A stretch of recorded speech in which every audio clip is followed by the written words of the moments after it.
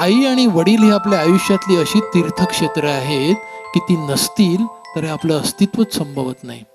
माय पित्याचा लळा जिव्हाळा हीच खरी दौलत. ज्या घरात वृद्ध आई वडील आहेत ते घर सगळ्यात श्रीमंत. आज मी श्रीमंत आहे. माय पित्याचा लळा जिव्हाळा हीच खरी दौलत. अन माय पित्या विण दुसरे नाही जगात या दैवत. माय सोसते कळा भरवते आपुलकीचा घास. माय सोसते कळा भरवते आपुलकीचा घास. पिता वाहतो भार घराचा अखंड सोसत त्रास. स्पर्शामधून सदैव त्यांच्या असते माया बहरत. पण माय पित्याचा लळा जिव्हाळा हीच खरी दौलत. वटवृक्षापरी पिता आणखी छाया त्याची माय.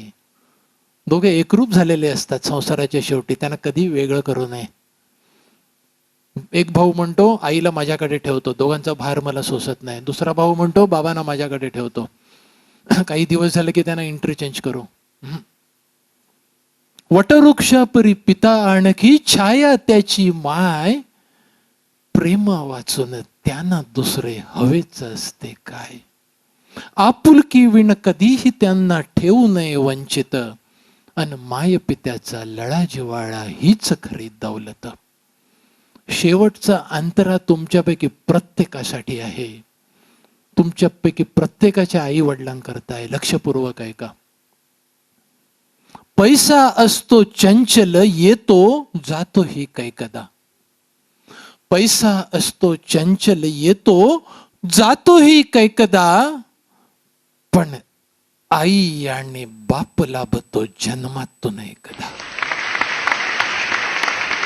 पैसा असतो चंचल येतो जातो ही कैकदा.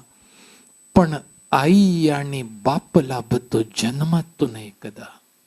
कळले इतके त्यास गवसले स्वर्ग सुखाचे इंगित. अन माय पित्याचा लळा जिव्हाळा